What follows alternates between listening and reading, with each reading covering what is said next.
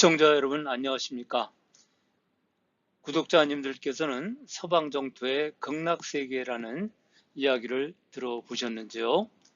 옛날 사람들은 서방정토로 왕생하는 법, 즉 극락세계에서 태어나고 싶다는 이야기를 많이 했습니다.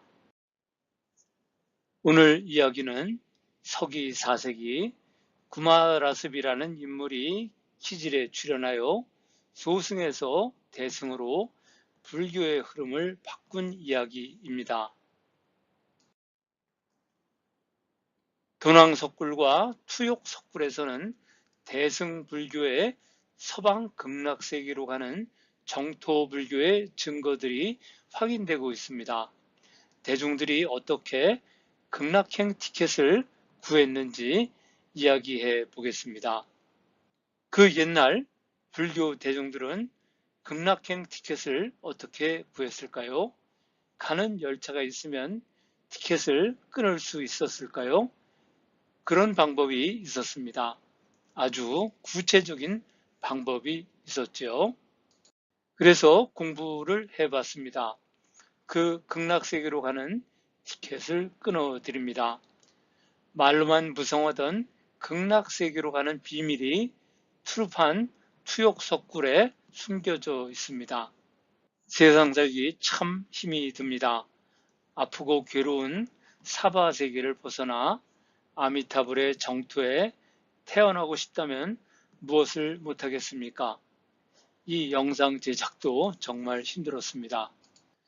본 연구소에서는 3년 이상 심혈을 기울여 불교, 중국, 중앙아시아의 역사와 유적을 주제로 영상을 제작해 왔습니다. 왼쪽 그림의 재생 목록에는 제가 제작한 120여 개 영상이 보존되어 있습니다. 많은 관심을 보여주시면 감사하겠습니다. 인도 마하라슈트라주에 있는 아잔타 석굴은 기원전 2세기부터 조성되기 시작해 서기 5세기에서 7세기에 걸쳐 완성되었습니다. 아잔타 석굴의 조각은 불교적 신앙과 서사를 정교하게 담아낸 예술 작품으로 인물의 표정과 동작을 섬세하게 표현해 생동감을 주고 있습니다. 벽면과 기둥에 새겨진 조각들은 당시 사회와 문화, 종교적 가치관을 반영하며 고대 인도의 미적 감각과 장인 정신을 보여주는 중요한 유산입니다. 석굴 내부 벽화의 주제는 부처의 생애, 보살의 자비, 인도의 풍속과 불교적 세계관을 다채롭게 묘사했습니다. 벽면뿐 아니라 기둥, 대들보, 천장까지 그림이 가득 채워져 있는데 보살 파드마파니의 연화수 보살도가 특히 유명합니다. 연화수 보살도는 인도 아잔타 석굴에서 불교 미술의 정수라고 할 수 있습니다. 파드마파니 보살의 얼굴은 섬세하고 감정적인 표현으로 깊은 명상 상태를 전달합니다. 연꽃을 들고 있는 파드마파니의 모습은 진흙 속에서도 피어나는 깨달음과 영적 고향을 표현합니다. 인물의 고요한 눈빛과 부드러운 표정은 내면의 평화와 명상의 깊이를 전달하며 보는 사람의 마음을 정화하고 있습니다. 화려한 관과 장신구는 당시 인도의 궁정 문화와 미적 감각을 반영하며 보살의 신성함과 위엄을 강조합니다. 피부의 미묘한 음영 처리와 옷의 주름, 배경 인물들의 섬세한 묘사는 벽화임에도 마치 살아 숨쉬는 듯한 느낌을 줍니다. 황토색, 녹색, 청색 등 자연에서 추출한 안료로 그려진 색채는 따뜻하면서도 영적인 분위기를 자아냅니다. 고대 인도 화가들은 단순한 종교적 이미지가 아니라 인간의 이상적 상태와 영혼의 울림을 담아낸 시각적 시를 창조했습니다. 불교가 석굴에 벽화를 그린 이유는 신앙적 교화와 예술적 표현을 통해 수행 공간을 성스러운 세계로 바꾸기 위한 것이었습니다. 벽화는 단순한 장식이 아니라 불교 교리와 부처의 삶을 시각적으로 전달하는 수단이었습니다. 아잔타 석굴 벽화를 만든 목적은 불교의 가르침을 그림으로 전달하여 신앙심을 고취시키는 교화적 기능을 가지고 있습니다. 당시 글을 읽지 못하는 대중에게 부처의 생애, 보살의 자비, 불교적 세계관을 그림으로 보여주어 쉽게 이해할 수 있도록 했습니다. 벽화에 자타카 이야기, 즉 부처의 전생담을 그려 글을 모르는 신도들에게 도덕적 교훈과 깨달음의 길을 쉽게 이해하도록 돕는 역할을 했습니다.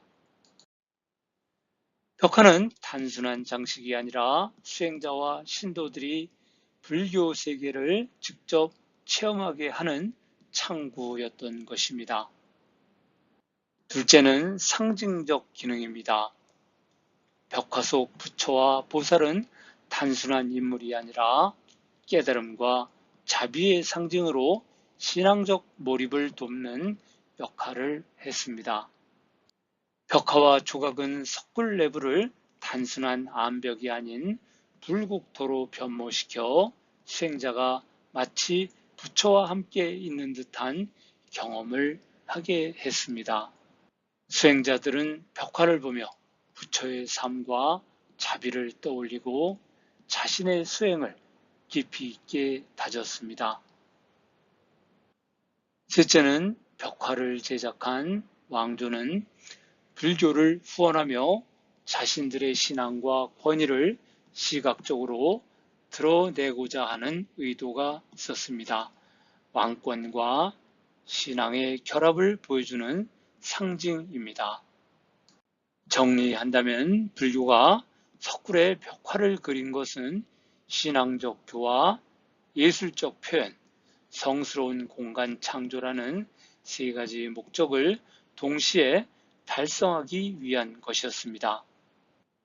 아잔타 석굴, 앞으로는 와고라강이 흐릅니다. 강가의 절벽에 석굴을 판 것은 인도의 덥고 습한 기후를 극복하고 수행을 하기 위한 것입니다. 절벽에 석굴을 파는 전통은 인도에서 중아시아, 동튀르키스탄으로 전파되었습니다. 이후에 석굴 조성에서도 동일한 형태를 보이게 됩니다. 바미안 불상은 힌두쿠시 산악지역을 통과하는 실크로드상의 바미안 골짜기에 위치해 있습니다. 그러나 2001년 불상은 탈레반에 의해 폭파되었습니다. 바미안의 석굴과 승방은 서기 1세기부터 조성되기 시작하여 13세기까지 지속되었습니다.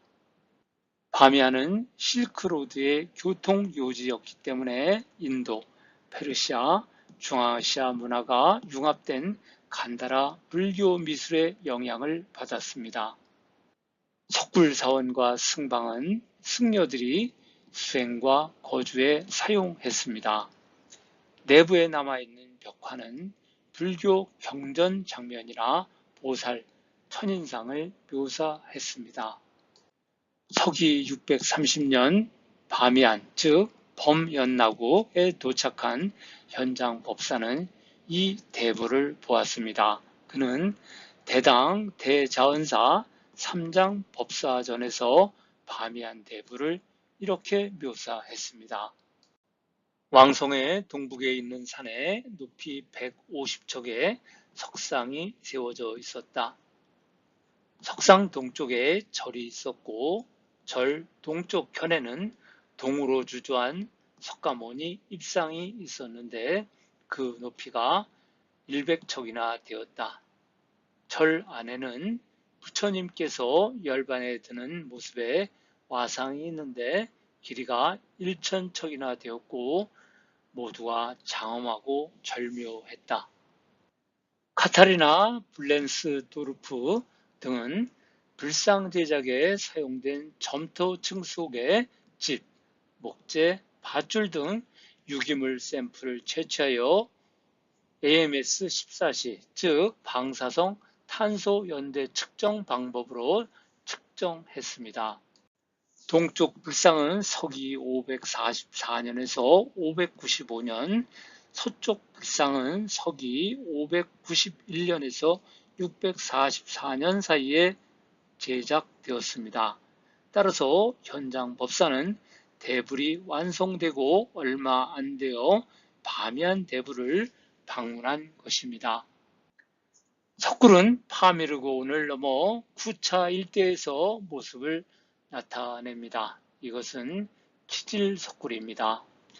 키질 석굴 앞에도 무자트 강이 흐릅니다. 키질 석굴은 천산남로에 위치한 거점 석굴입니다. 이곳에 수많은 벽화가 외국 탐험대에 의해서 뜯겨갔습니다. 키질 석굴에서 18km 떨어진 곳에 쿰투라 석굴이 있습니다. 석굴은 서기 3세기에서 8세기경 조성되었는데 놀라울 정도로 아름다운 벽화가 있습니다. 천장 벽화 중앙에는 큰 원형의 연꽃 문양이 있고 그 주변을 방사용으로 구획을 나누고 불교의 보살이나 천인들을 그려 넣었습니다. 연꽃은 불교에서 깨달음과 순수성을 상징합니다. 방사용 구획은 만다라적 구조로 우주 질서와 조화를 표현합니다. 이 벽화는 단순 장식이 아니라 수행자가 명상할 때 우주적 질서를 시각화하는 도구로 기능했을 가능성이 큽니다. 벽화에 사용된 갈색, 녹색, 황금색 계열의 색채는 중앙아시아 불교 미술의 특징으로 페르시아 미술에서 흔히 볼 수 있는 따뜻하고 화려한 색감과 유사합니다. 천장에 나타나는 기하학적 패턴과 식물 문양은 페르시아 장식 예술의 영향을 받은 것으로 보이며 동시에 인도의 불교적 상징, 연꽃, 만다라 구조와 결합되어 있습니다.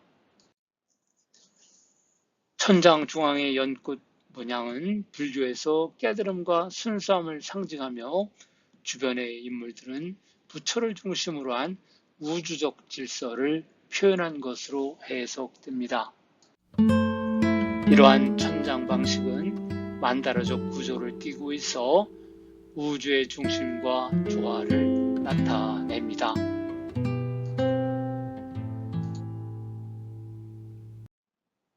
주변에 배치된 보살과 천인상은 인도의 부드러운 인체 묘사 기법을 반영하면서도 페르시아적 화려함을 강조하는 장신구와 의복 요소가 나타납니다. 여기는 도낭에 있는 사막의 미술관으로 불리는 막고굴입니다. 누런 사막에도 하천이 흐르면 이렇게 생명의 상징인 녹색의 띠가 나타났습니다. 명사산 옆에 만들어진 막고굴 앞에도 대천하가 흐르고 있습니다. 겨울철 해발이 높은 막고굴은 영하 20도까지 수은주가 곤두박질 칩니다. 20세기 초 오렐스타인과 페리오가 그 유명한 도낭문서를 가져갔던 막고굴에는 서방 정토로 가는 벽화가 보입니다.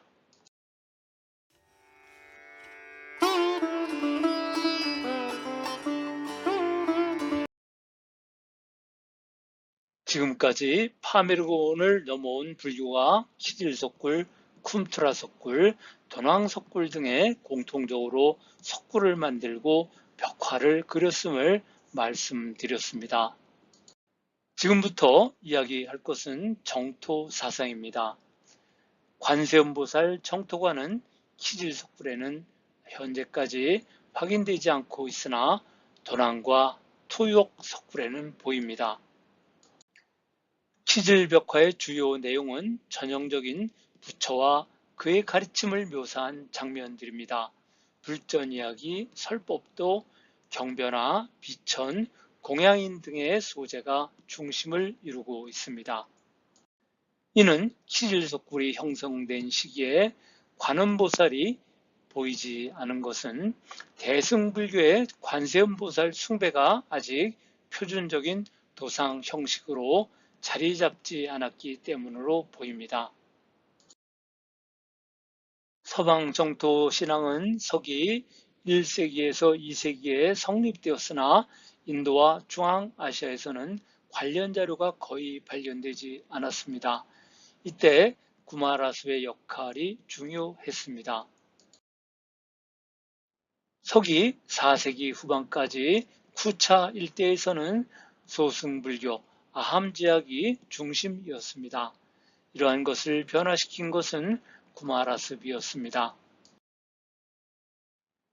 구마라습은 법화경 번역을 통해 관세음보살 신앙을 깊게 뿌리내리게 했고 서방정토 세계에 가는 방법으로 참선하며 사유하는 선관의 실천을 주장했습니다. 또한 구마라습이 번역한 선비요법경에서는 연불과 관상의 방법이 서술되어 있습니다. 마땅히 먼저 단정히 앉아서 두 손을 마주잡고 눈을 감고 혀를 들어 잇몸을 향하게 하고 일심으로 생각을 집중해서 마음과 마음을 서로 기울여 흩어지지 않게 해야 한다.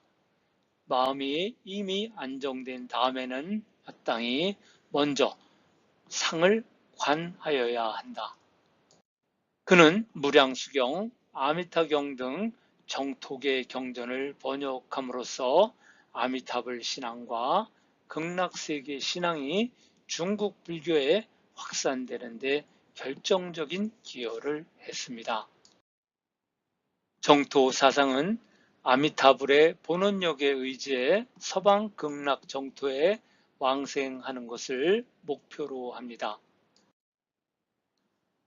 관무량수경, 무량수경, 아미타경 등 정토 3부경은 연불, 관상을 통해 누구나 극락세계에 태어날 수 있다고 설합니다.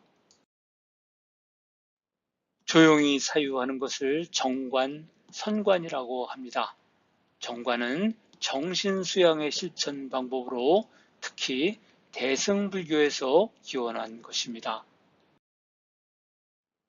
아미타불 신앙은 관세음보살과 함께 발전했는데 관세음보살은 아미타불의 협시보살로서 극락세계에서 중생을 돕는 존재입니다.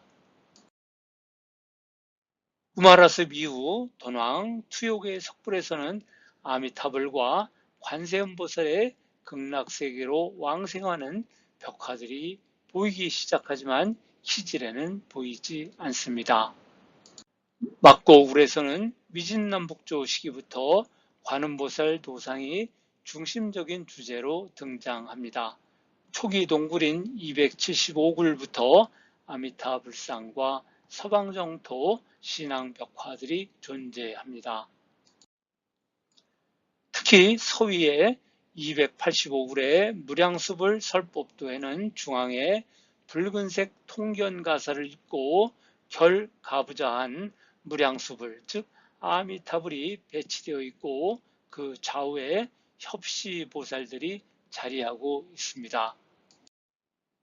오른쪽에는 무진의 보살과 관음보살이, 왼쪽에는 문수사리보살과 대세지보살이 배치되어 있습니다. 돈왕에는 서방정토 신앙이 확실히 전파되었음을 확인할 수 있습니다. 정리하면 돈왕석굴에서는 아미타불과 관세음보살 중심의 서방정토 신앙의 도상이 명확하게 나타났지만은 그보다 이른 시기에 키질석굴에서는 이러한 도상이 보이지 않습니다. 흥미로운 것은 투욕 석굴의 제29회 선관벽화에는 정토 사상만이 아니라 어떻게 수행해야 서방 정토로 갈 수 있는지 구체적인 방법론이 보이고 있습니다. 투욕 29회 비구 선관도에는 자신만의 해탈을 추구하는 소승불교에서 모든 중생을 구제하는 대승불교의 정토관으로 이행하는 내용이 내포되어 있습니다.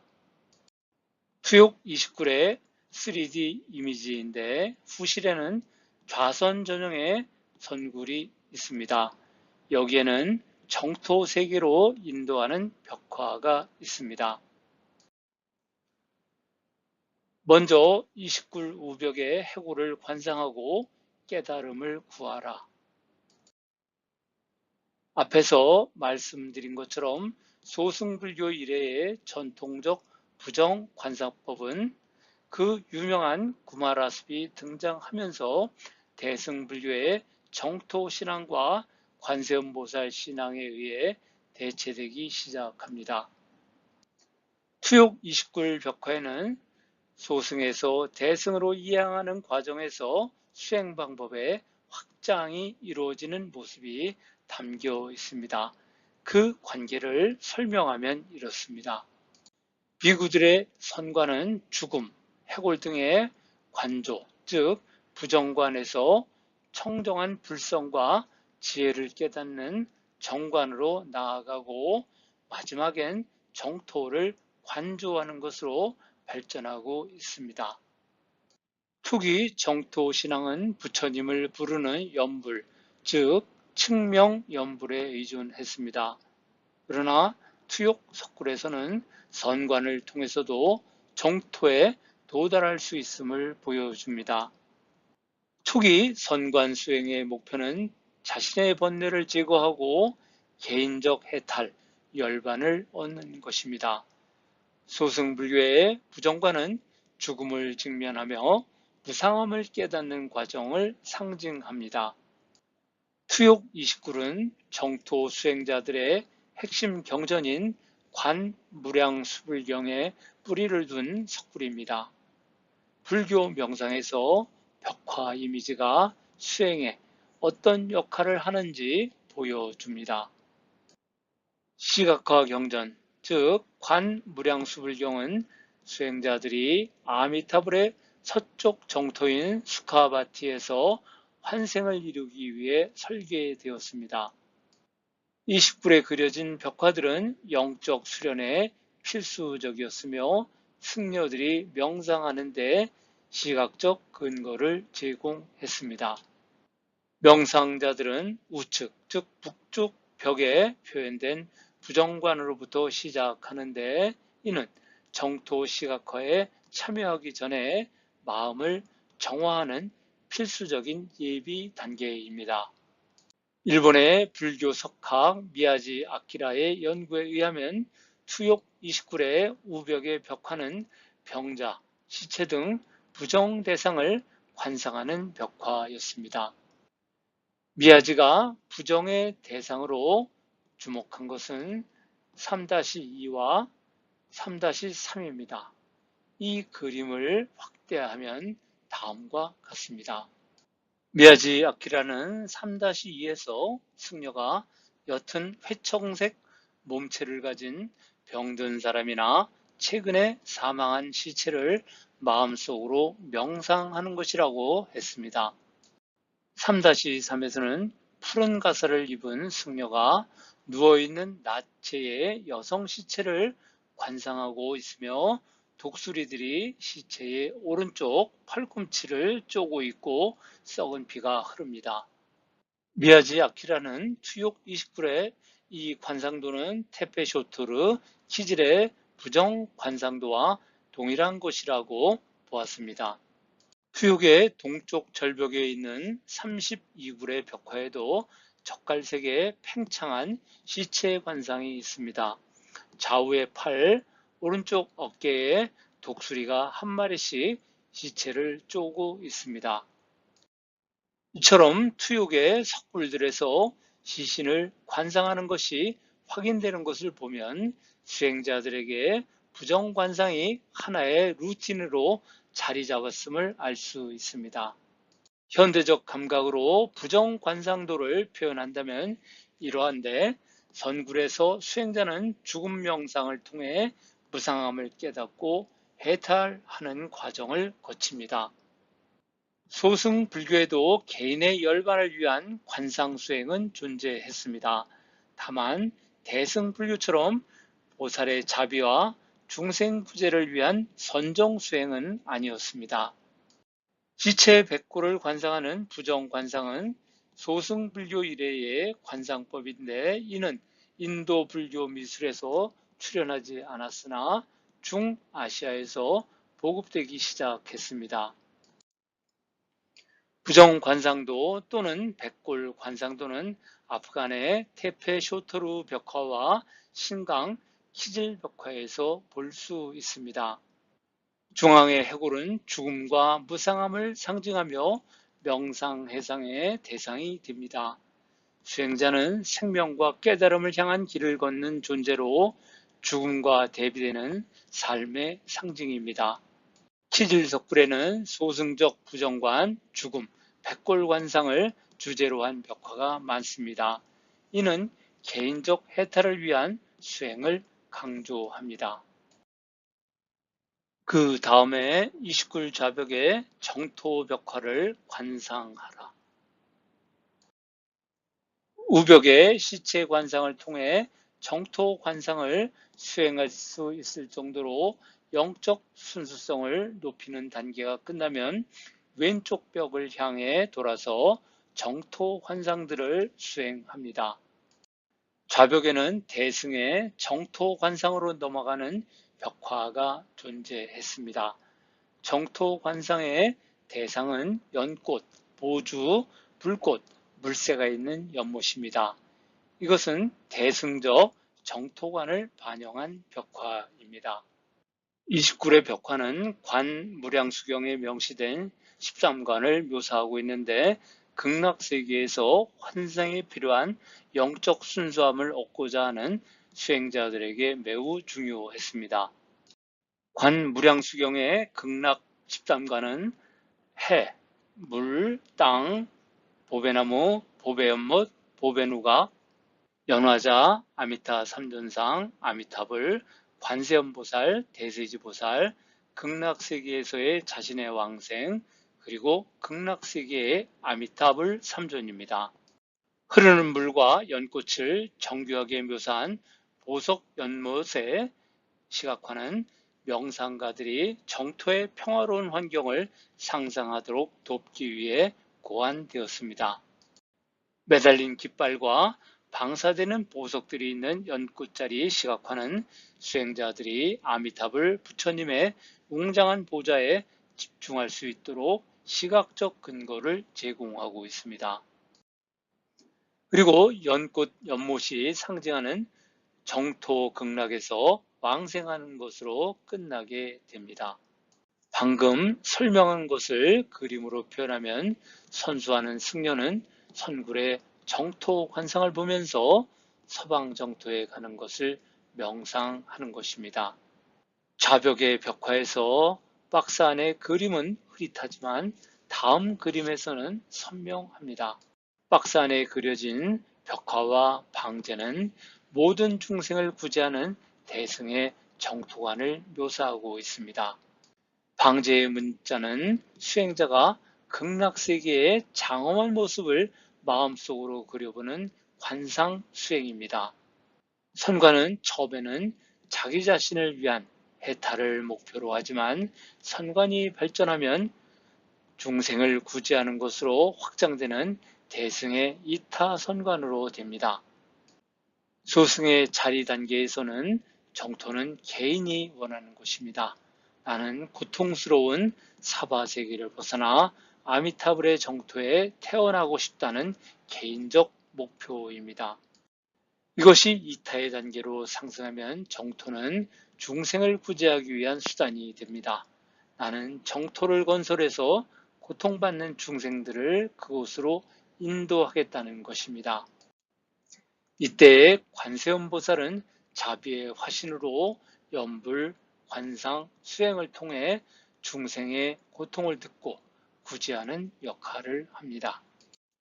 결론적으로 선관은 개인의 해탈에서 출발했지만 관세음보살, 미륵보살 신앙과 결합하면서 정토관 수행으로 확장되었습니다. 영상 처음에서 말씀드린 것처럼 수행자가 서방 정토 세계에 다시 태어나는 방법은 이 그림을 보며 관상 수행하는 것에 있었습니다. 이것이 극락으로 가는 티켓을 얻는 방법이었습니다. 관상 수행하는 것이야말로 대승열반의 궁극적 경지인 항상 즐겁고 깨끗한 열반의 최종 경지를 구현하는 길이었습니다.